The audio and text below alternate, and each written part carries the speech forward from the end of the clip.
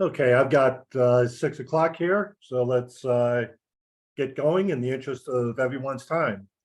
Uh, Again, this is a training session that we're doing in conjunction with the North Alabama Football Officials Association. It's an opportunity to uh, keep our thoughts in the game, get us ready for the upcoming season. If y'all could put your name and the state that you're part of in the chat room, that would be helpful. If we happen to have any rookies or anybody new that might be interested in officiating, please include that in the chat. That way we can find a home for you. We have had people coming in from other states. Actually, the last time we even had an official in from Kenya. So depending on what time people want to wake up, we could have people from Europe and other places. So that's kind of cool, but you know, everybody's wanting to become an official. So there we go. Okay, again, what we're trying to do is just provide a forum just to have some discussions.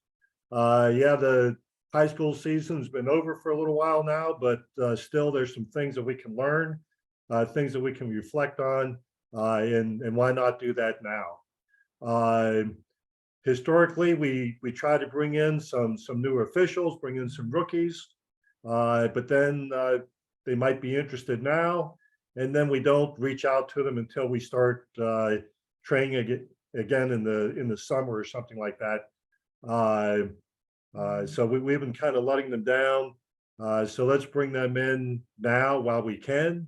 Not only increase their interest, but help prepare them for the upcoming season, so that when they get on the field, that they're going on the field with some level of confidence, and they and have them strive to, meet their goals for the year, be it making a varsity crew or whatever their objectives and goals might be. So thank you for joining us. Again, our focus is going to be on federation rules. We may use video from NCAA, or tonight we're going to use an NFL video. So we'll again kind of talk to those in the context of what we would do with those situations on a Friday night. As we go through some of these things, you're welcome to chime in. It doesn't appear that we have an overly abundant number of participants tonight, so we shouldn't be stepping over each other. But if you want to enter some comments in the chat room, do that, and then at the appropriate time, that we can review some of those and have a discussion. But the primary thing we're going to talk about tonight are some examples of forward progress based on how the Federation looks at those things. Then we'll look at a block in the back. That's the video that we're using from the Baltimore-Cincinnati playoff game that happened about a week or so ago. We'll talk a little bit about philosophy and any additional comments that we have from there. We'll keep this session under 30 minutes, so we'll discuss things and review things as long as we can, and fill the time as best we can to make the best use of everybody's time. Okay, so forward progress, we're going to find that in Rule 2-15.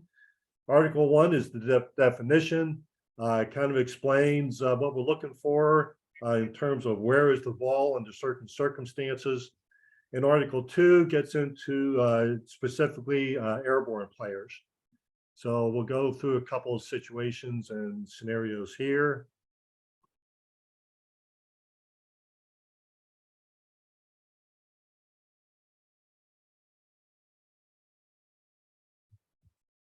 Okay, first thing I want to show is forward progress being stopped.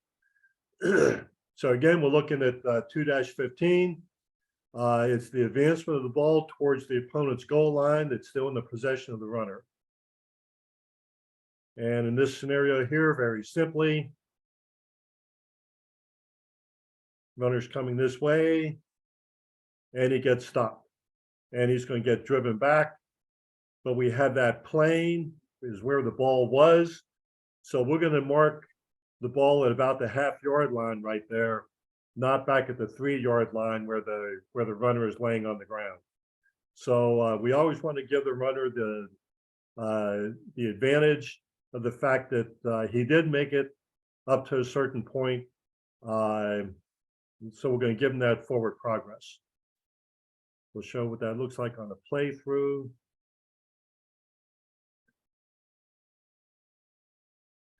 So for those short wing officials, this is typically one that you would see. If this was a long run, that could be something that a deep wing might have, but then the defensive guys more than likely wouldn't be hitting that runner in that way. So you can look at this as a short wing kind of a situation right here. We're going to look at the runner that's controlled by B.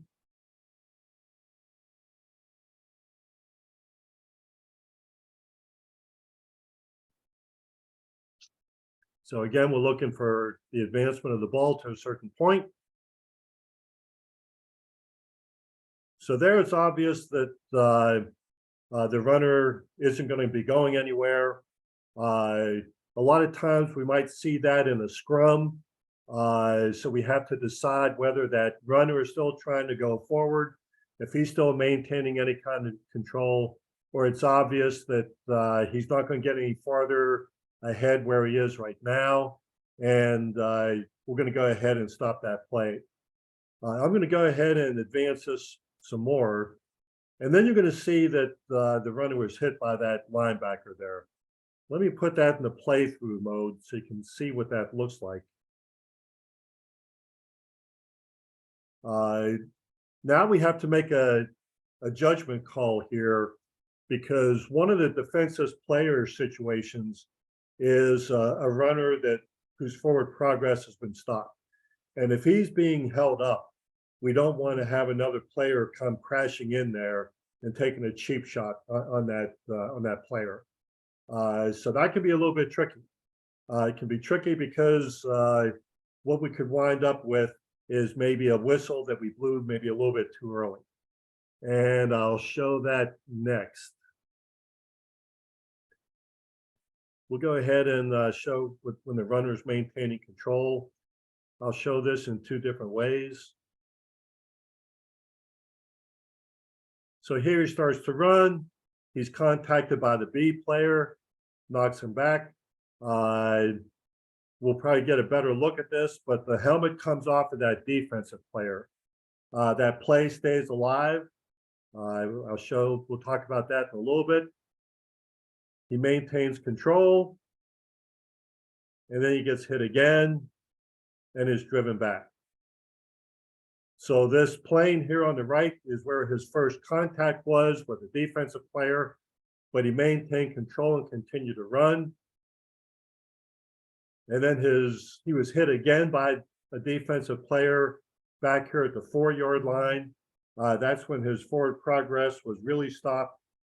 And then he's laying back here at about the 6-yard line.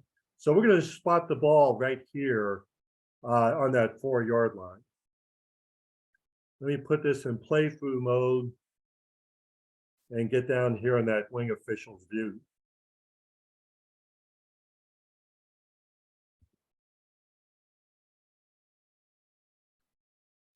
There's that first contact, continues to go. Then there's the second contact, and he's driven back.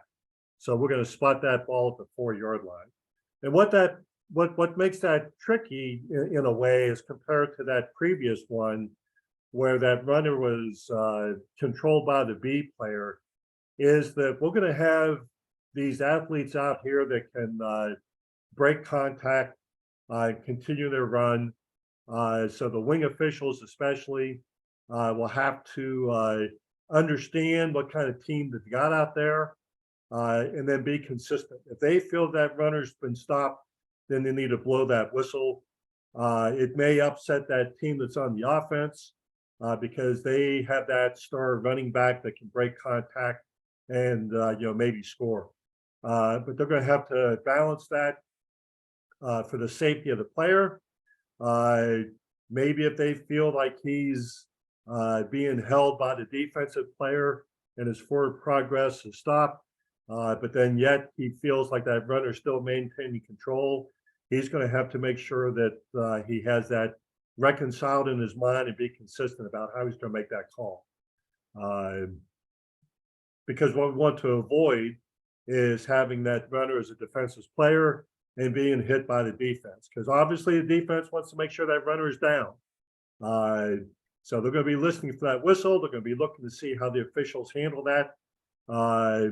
So wing officials be cognizant of that, about how you're going to handle the forward progress in that regard. Okay, let's go to another situation here. So what we were showing in those first two situations is that helmet being knocked off by the defensive player, or of the defensive player. Now in this situation here, the helmet's actually coming off of the runner. Let me advance it a little bit so there you see that happening right there. We're going to call that play dead right there on the spot. So if the helmet comes off of anybody except the runner, that play stays alive. That white 27 that's laying on the ground, he's no longer eligible to participate in the play. If he gets up and decides to try to do something, it actually affects the player participates in the play, he's going to be flagged for illegal participation. That runner, however, we want to blow that dead immediately, because we don't, two things there. We don't want him to be involved with any illegal participation. And oh, by the way, we don't want anybody contacting him. We don't want any players engaging any player that no longer has his helmet on. So there's a couple of scenarios there that we can avoid throwing a flag on. And at the end of the day, this is a safety related issue. As soon as that helmet comes off the runner, we're going to call that play dead. Again, only when the helmet comes off the runner is when we're going to call that dead. Hey, Bob, I got a question on that. Is the helmet the only piece of equipment that you would stop play for? For example, if like his shoe came off or he lost a mouthpiece, would you stop play? No, it's only for the helmet. Only for the helmet. Okay, thanks. Yeah, good question on that. Yeah, if a mouthpiece flies out, it just flies out. Just keep going. Off, you see that somewhat on a regular basis. But yeah, it's only the helmet. Okay. Okay, the next one, well, we're going to look at a sliding player. Now, this is the Federation animation on this. When a player is starting to slide, we just let him slide, but we're not going to spot the ball until the player is down. So that's no different than any other kind of scenario when you got a runner. If he has anything other than a hand or a foot touching the ground, that's when the ball is dead. So in this case here, his knee is on the ground and the ball is back here. That's where we're going to spot the ball. And that's when it's going to be dead. In college, if I understand their rules, they spot the ball where the runner starts his slide. So they don't wait until the runner hits the ground. High school, we wait till the runner hits the ground. Okay. So little difference right there as far as where we spot the ball.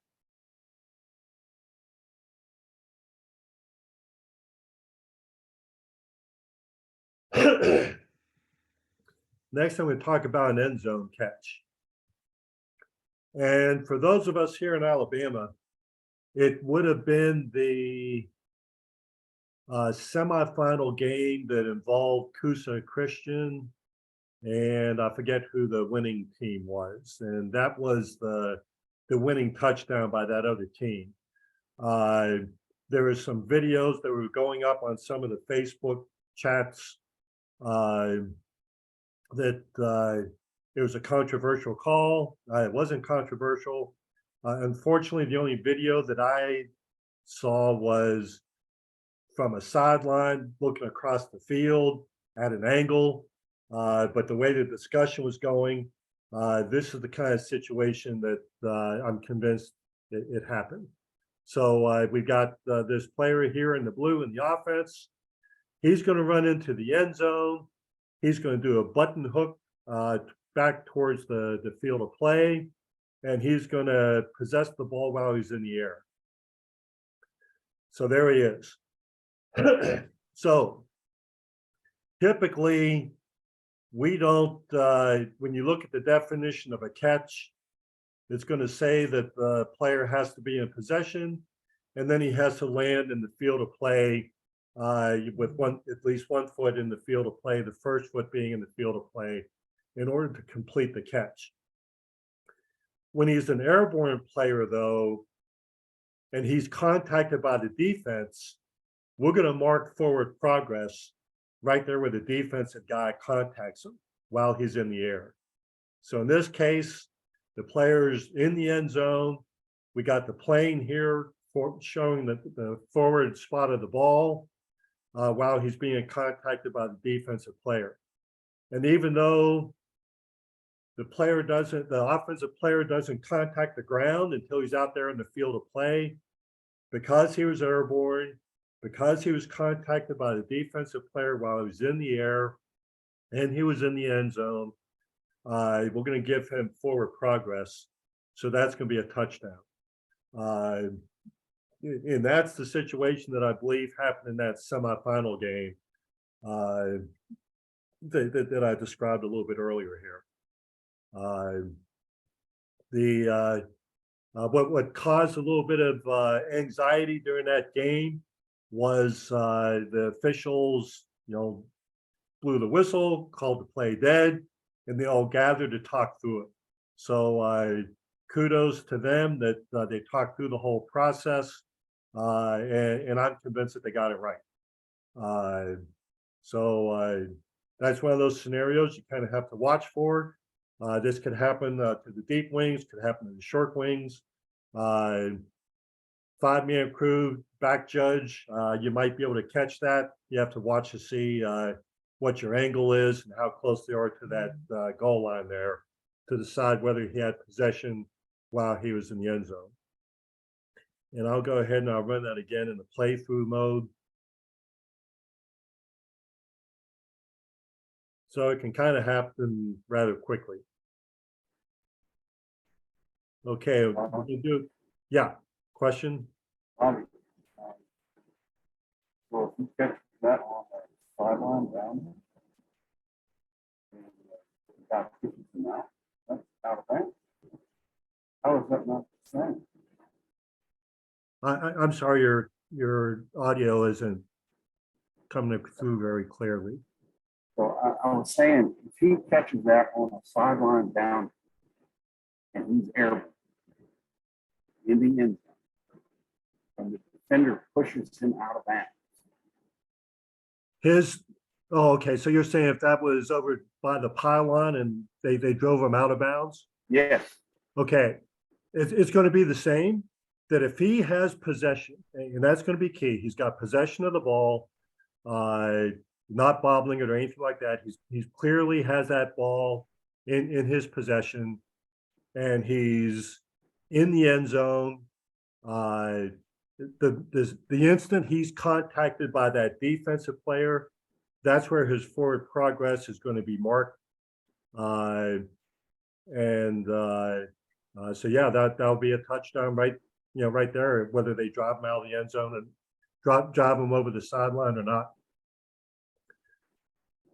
Okay. So in essence, that's the ball's going to be dead as soon as that defensive player contacts him, because he's in the end zone, and his forward progress is going to be marked right there. That's a good one. That's a good one. That's that's one where The defensive coach, whatever that team is, that's going to be a discussion to have with him to say that, yeah, that's a touchdown. He's in the end zone. Forward progress marked as soon as the defender contacted him. There you go. Yeah. Yeah. Tough one. Okay, we're going to do a comparison here.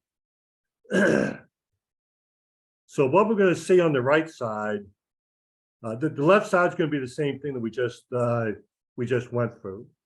On the right side, he's going to do that same button hook, but then he's going to be crossing over the end zone before the defensive guy hits him. So there he's got possession.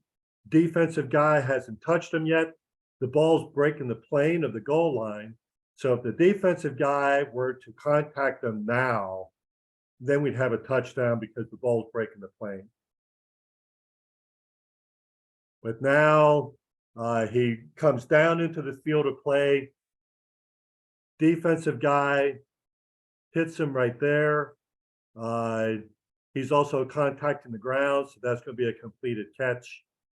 So we're going to wind up spotting the ball right here where the ball was when whenever he hit the ground and completing that catch.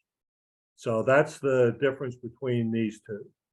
And we'll put that in playthrough if you want to watch the one on the right again. So again, even though he initially possessed the ball in the end zone, or at least the ball breaking the plane of the goal line, he was in the air. The catch was not completed. He comes down to the ground on his own, or at least even when the defender hit him as he was contacting the ground. So that ball will be spotted there at inside the 1 yard line. We good on those? Now, what we have to watch out for, similar kind of thing. This guy's going to go in, do his button hook coming out, but now the defensive guy watched the film. He knows what this play is going to be, so he's going to intercept it. He's got it. Now, in this case here, the offensive guy contacts him. So some people might think, well, okay, it's the same kind of deal. His forward progress is stopped in the end zone, so therefore that's going to be a touchback. But really, the whole definition of forward progress is relative to your going towards the opposite end zone. So White would be going to the left. So in that case, his forward progress was not stopped in the end zone. His forward progress needs to be going right to left. So we're going to be spotting this ball here at about the 1 or 2 yard line. And we'll do a playthrough on that.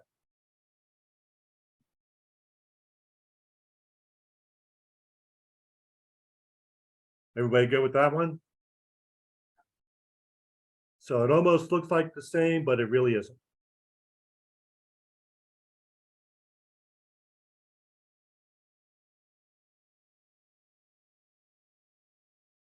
Okay, let's real quick look at block in the back. The definition, the main thing I want to focus on here is where's the initial contact. It needs to be in the back, inside the shoulders, and above the waist and below the helmet. If there's any doubt as to whether it's blocking the back or clipping, we're going to call it clipping just to stay on the side of safety. So here we've got the tight end that's coming across, hitting number 58, blocking the back. Now let's talk about this whole notion about initial contact. So here we're showing a kickoff. The initial contact right here is legal. but the blue player maintains contact. The white player is working his way around him. And then there's a push in the back. So that would not be flagged because the initial contact was legal and they just drove it around and took the player down. Let's go ahead and do that as a playthrough.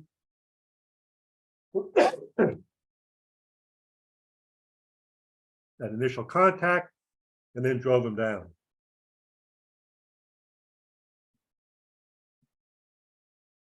I'm going to stop share here in a moment.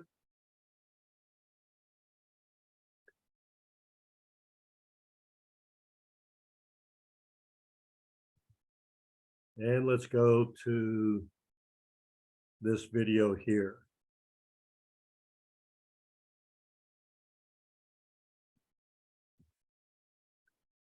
Okay, this is from the that it was a fumble that Cincinnati caused, and then 84 Hubbard recovered the fumble and took it back 90 some yards for a touchdown. And then the question was, did number 51 here block that player in the back? Bring him in there, go low, and push your way into the end zone. Watching Marcus Bailey there had the hand push. Very close to blocking back. He puts his hands. It wasn't foul me. Bring him in there, go low, and push your way. Okay, this is, I think, where I want to try to show this. Is right there. You know, he's wearing white gloves, and so we're going against a white uniform there. So there, his initial contact is right there on the shoulder. And then as it plays through. Marcus Bailey there had the hand And what, yeah. So he probably did cause the guy to go down. It wasn't foul me. Bring him in there, go low, and push your way into the end zone. Watching Marcus Bailey there had the hand push. Hands are very close to blocking back. He puts his hands. It wasn't foul me. And then, of course, what you look for, and I'm just kidding here too, is when this guy throws his hands up that, you know, I didn't do anything. But no, that's that gets to be a little bit tough right there. And the reason that it's going to get tough is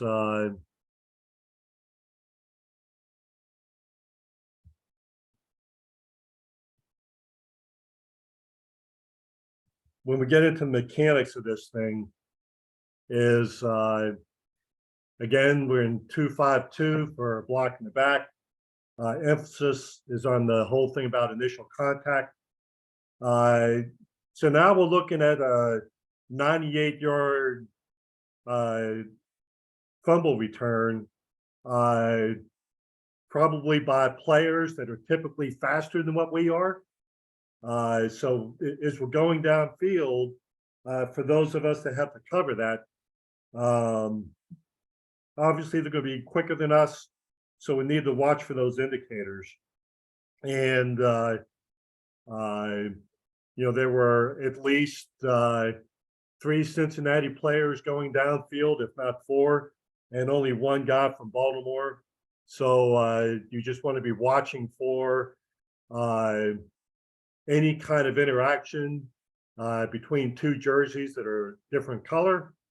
And you got to see that entire act. So why was there not a flag called?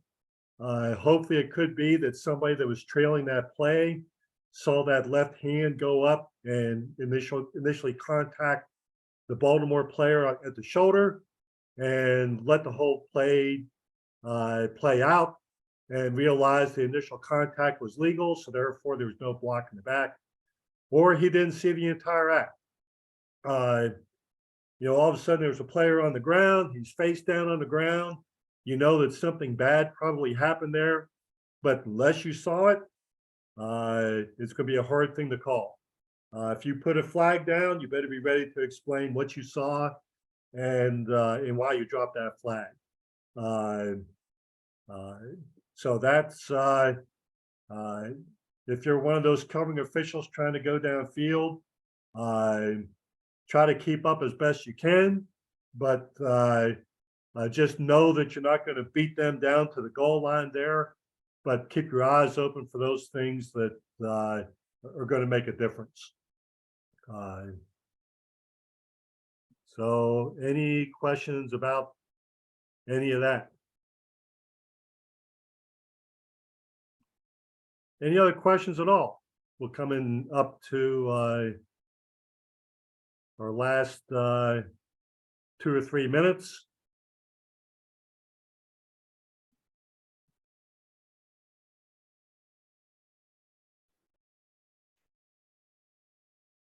Go back in here. Mike Gray, are you going to do this a lot this year with the Zooms? Yes. I haven't figured out what a lot is yet. My February schedule is starting to fill up as far as travel and things like that.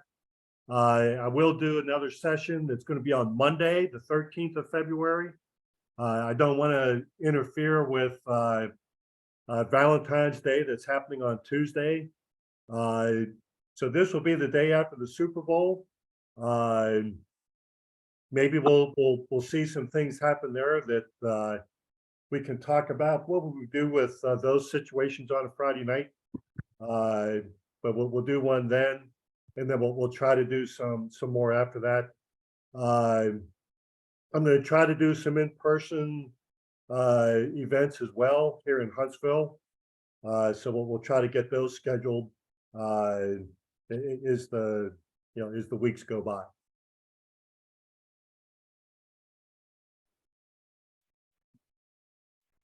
Anything else?